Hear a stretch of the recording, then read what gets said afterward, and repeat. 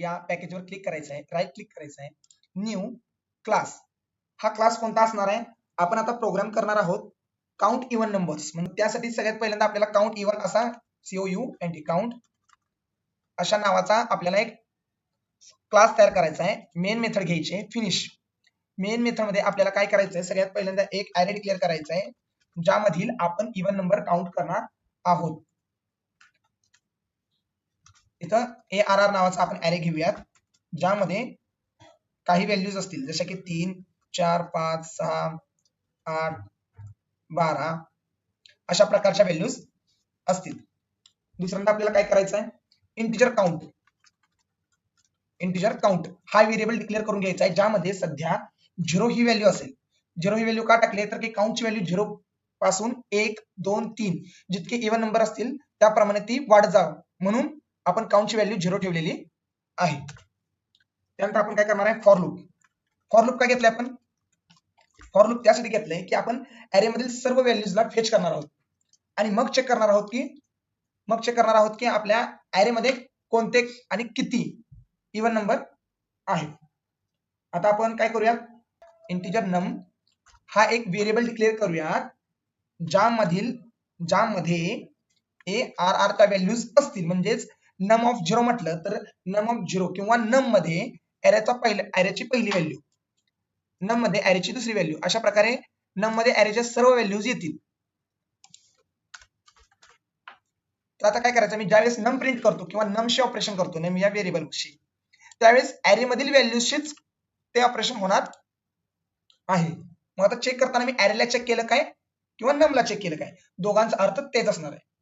आता इफ जर कंडिशन घेतोय मी, जर नम या व्हेरिएबल मधील असणाऱ्या व्हॅल्यूला जर मी मॉड 2 केलं म्हणजे 2 ने भागलं आणि जर बाकी 0 येत असेल, काय बाकी 0 येत असेल तर तो नंबर काय होणार आहे?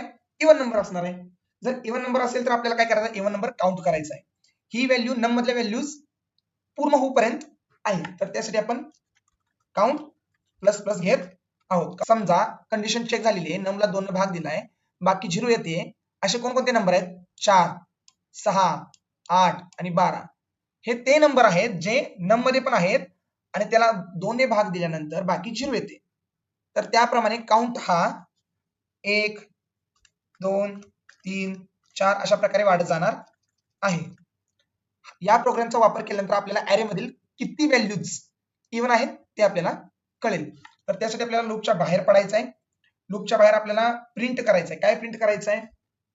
काय? COUNT काउंट या व्हेरिएबल. का तर की काउंट या व्हेरिएबल मध्ये जर 4 असेल तर याचा अर्थ असा होतो की ॲरे मधील 4 व्हॅल्यूज या इव्हन आहेत. इफ कंडिशन इथे संपते, फॉर लूप इथे संपतो.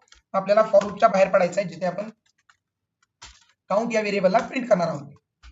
इथे आपण सांगूयात की टोटल इव्हन नंबर किंवा even number is equal two plus हा ऑपरेटर आपण वापरूया कशासाठी? आउटपुट प्रिंट करण्यासाठी. COUNT काउंट हा व्हेरिएबल घेतला प्रिंट करण्यासाठी, कंट्रोल AS. त्यानंतर आपण या प्रोग्रामला रन करूयात. रन केल्यानंतर आपल्याला even number is 4. Even number is 4 का प्रिंट झालेला आहे? तर की 4 अशा इव्हन नंबर्स आहेत या आपल्या ॲरे मध्ये. एक 4, दुसरा 6, तिसरा 8 आणि चौथा 12. आपण जर इथे संख्या वाढवली म्हणजे इथं आपण 66 हा नंबर ही इव्हन नंबर आहे, कॉमा 24 हा नंबर देखील इव्हन नंबर आहे. तर आता आपण काउंट किती होतो चेक करूया. Control S run. 6 even number 6 आहेत आपल्या प्रोग्राम मध्ये.